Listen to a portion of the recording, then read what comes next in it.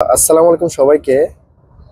আরব আমিরাতের প্রথম যে মিউজিক্যাল রুটটি তৈরি করা হয়েছে, আজকে আমি আপনাদেরকে সেই মিউজিক্যাল রুটটি দেখাবো। এবং আপনি যখন রাস্তার উপরিভাগ দিয়ে গাড়ি চালিয়ে যাবেন, আপনার গাড়ি চালানোর সময় ওই মিউজিকটি তৈরি হবে। দেখতেই থাকুন সাউন্ডটা কেমন হচ্ছে।